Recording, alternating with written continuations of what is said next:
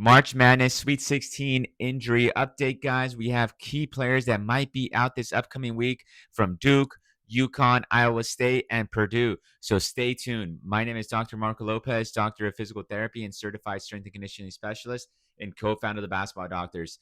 So for today's video, we're going to break down key players that might be out this upcoming week and how it's going to affect the games. So let's jump into it. So for the first team, we have UConn. We actually have two players that are hurt. So the first one is Jaylen Stewart. He's been out this tournament thus far with that sore knee.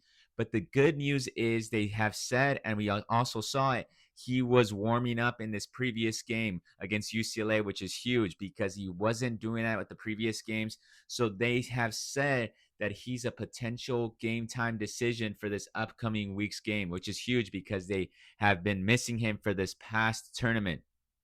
The other player within UConn that is also hurt or dealing with an injury is Silas, their point guard. He only played 22 minutes against UCLA. He's normally their starter. He's been dealing with that ankle lingering issue.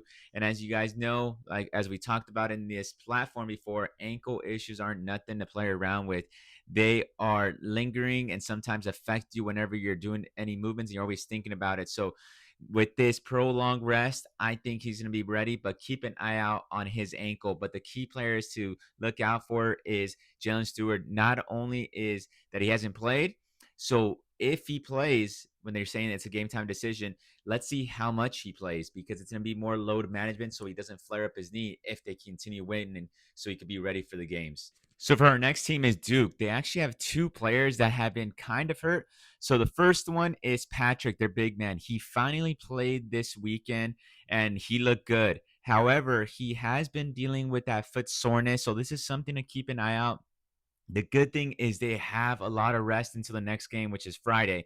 So even if there's any lingering issues from the game, he has plenty of time to recover. However, their key starter is Caleb Foster, and he was diagnosed with that fifth metatarsal fracture a month ago. And the big thing with this injury is that it takes a little while. It's annoying. However, they didn't completely rule him out for the game on Friday. So that is good news. So they could potentially have their point guard back. But even if he comes back, will he be 100%? And will he play a lot of minutes? Probably not. They're probably going to have him in load management. He's probably only going to play like 20 minutes. But if they continue winning, he's in a better position to get back into those later games. All right, guys, now we have Purdue. Purdue had a very scary injury, and that's with CJ Cox. He went up for that Euro step, and then his knee hyperextended. Honestly, I thought it was going to be an ACL, but they said that MRIs ruled out there was no ACL. It was just a hyperextension. So maybe a little bone bruise or stretching out of the posterior capsule. So the good news is that he's saying that his knee feels good. They haven't ruled him out for this upcoming matchup, and he was actually doing pretty well before he got hurt. I think he had like 12 points. Big thing is that's a very quick turnaround from that injury. So best case scenario, if it's just some laxity, he'll probably use like a compression sleeve to give him some proprioception stability in his knee.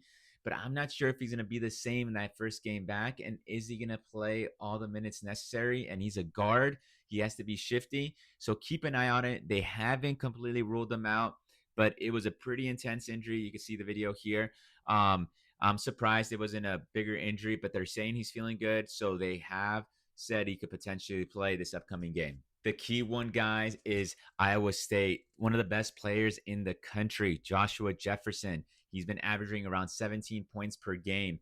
He had that severe ankle sprain. You can see the video here, and he landed his ankle twisted. The big thing with this is they said he's been moving around. He's doing more stuff. It's a pretty quick turnaround. And they said he's probably going to be able to play. And that is huge because that's their best player, one of the best players in the country, potential first rounder. They said he has the potential and he's going to be a game time decision to play. This is kind of scary because based on how severe the ankle sprain looked, he's for sure not going to be 100% ready. He's going to use tape, ankle brace, and it's going to limit the way he moves, but he's still, I think, going to do well if he's progressing with his rehab and he's doing the right things, working on his mobility, decreasing the swelling, and working on some stability. But it is going to limit the way he plays, and it's going to be a big blow for Iowa State since they were doing so well. But who knows? He might come back and still do great, but he's going to be a game time decision for this upcoming matchup. So those are the major injuries we have. If you guys want us to cover more injuries into a greater detail, let us know in the comments below. And what do you guys think? Who's going to win the March Madness tournament? We'll have any key injury updates as soon as possible that they come out. But let us know if you guys like this video. Share this with friends and family. And we are the Basketball Doctors. Let's ball for life.